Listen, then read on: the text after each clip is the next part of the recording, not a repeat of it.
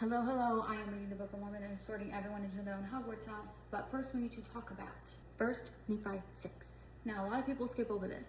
A lot of people skip over this chapter because it is only 6 verses long, but listen to me here. There is some important stuff in here and I'm going to explain it. So Nephi starts out by basically saying, my father wrote a bunch of stuff and I'm not going to repeat myself. So you can go read his stuff, which, well, we can't know because it's gone. That's a story for another time. But he says, basically, what I'll say is this. We came from Joseph, okay? Prince of Egypt. That guy. He's like, we came from Joseph. So keep that in the back of your mind. And he basically said, look, my purpose is to persuade men to come unto the God of Abraham, the God of Isaac, and the God of Jacob. 1, 2, 3. God works in style. He likes to work in 3s and 12s. There's a lot of symbolism in numbers for him. He has flair. The 3s. God of Abraham, God of Isaac, God of Jacob. Now, I thought these were just 3 random people. I didn't know what any of this meant.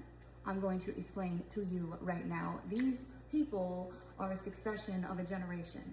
Very important people. So we're going to write this down. Abraham, God of Isaac, God of Jacob. And guess what?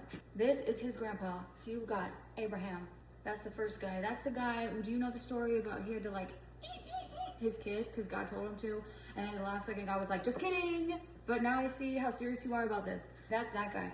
Isaac, that's the kid that almost, I don't know if they had trust issues after that. I don't know. That's a little awkward. Story for another time. You got Isaac, his son. Then guess what? Isaac had a kid.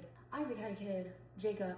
Jacob's a little, I feel like Jacob's a Slytherin because, well, he kind of conned his brother out of his birthright for soup or something. Jacob had, you know it, he had 12 kids. Oh, 12, kind of like the 12 tribes of Israel, kind of like the 12 apostles, kind of like Jesus's 12 helper people. I'm blanking on the name. He had 12 kids. 1, 2, 3, 4, 5, 6, 7, 8, 9, 10, 11, 12. He had 12 kids. One of these kids is, you guessed it, Joseph. Da-na-na-na-na, coat of many colors, his brother sold him. That is Prince of Egypt right here. And guess what? Down the line, boom, boom, so many hundreds, you got Laban, he's a descendant of Joseph, and then you got Nephi. They both are descendants of Joseph, who's a descendant of Jacob, who's a descendant of Isaac, who's a descendant of Abraham. It's all connected. When Nephi says, oh, my purpose is to persuade men to come into the God of Abraham, the God of Isaac, the God of Jacob, he's basically saying, this is the same God that worked with these people. Same one. Nephi knows he's talking to a group of strangers here. He knows that some randos are going to be reading this and they're going to be like, who is this? He's basically clarifying, saying, I'm not trying to start a new religion here. And I don't want you to worship me because it's my purpose to persuade you to come under this guy. But guess what? The God of Abraham, the God of Isaac, the God of Jacob is not God. It's Jesus. I know, it's crazy. He's talking about Jesus. He's not talking about Heavenly Father. He's talking about Jesus. Another word for God of Abraham is Jehovah. Jehovah. What does Jehovah mean? That's just a fancy word. A lot of this stuff is fancy and that's why we got to like decode it. It's very beautiful, but it's very confusing. Jehovah is just a word for pre-earth Jesus. That's all it means. Pre-earth Jesus. That's what Jehovah is, which is also the God of Abraham. He is talking about Jesus here. Let me erase this and then we'll draw this out. What was I doing? Okay, everyone gets confused on who's God and who's Heavenly Father and who's Jesus, and I'm going to explain it to you right now. Most of the time, when people are talking about God, they're talking about Jesus. They're not talking about Heavenly Father. Unless they otherwise specifically state it's Heavenly Father, they're usually talking about Jesus, and this is why. Jesus does all of the executive work for the owner of the company, who is Heavenly Father, and I will draw this out for you.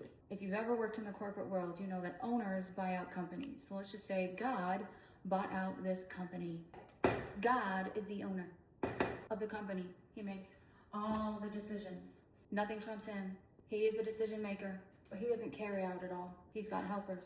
Now, the CEO, who's that? That's Jesus. He does a lot of the executive work. Chief Executive Officer is Jesus. And then all the people under him are us. So when people say, oh, God of Abraham, God made the world. Actually, Jesus did it. It's Jesus. Jesus makes all the executive things happen. He makes it happen. He goes through all the work. God is the regional manager. Jesus is the assistant to the regional manager. And we are the assistant to the assistant to the regional manager.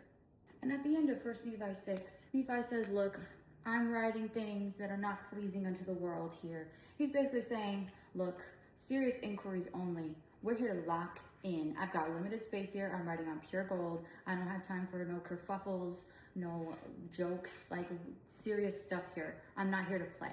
This is for people who are serious. Let's lock in. Let's do this. That's basically, he's like, y'all need to take me seriously. This isn't a book of jokes. That is 1 Nephi 6. And just something to add here, which I think is really cool, is that Nephi is referencing someone in the Bible. So this means that these are the same times literally as Abraham, Isaac, Jacob, the people from the Bible, which this phrase, God of Abraham, God of Isaac, God of Jacob, is from Exodus. That's the only other time it's used that I can know of. Criticism and corrections are welcome. I don't know this stuff, which I thought was really cool.